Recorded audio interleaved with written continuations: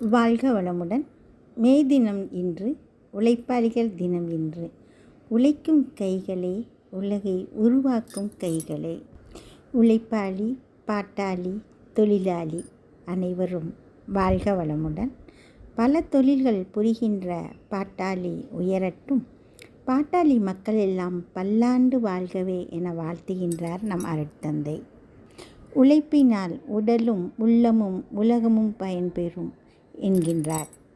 உழைப்போர்கள் ஒரு பிரிவாயும் உறிஞ்சுவோர்கள் ஒரு பிரிவாயும் இரு பிரிவுகள் உள்ளன இக்காலத்தில். உழைப்போர்கள் நலம் காக்க உழைப்பாளர் கூட்டுறவு முறை ஒன்றுதான் இதற்கு ஒத்த வழி என்று வழிகாட்டுகின்றார். உணவு, உடை, வீடு என்கின்ற முப்பொருளை தோற்றும் உழைப்பாளியே முதல்வன். உண்மை உணர்வோம்.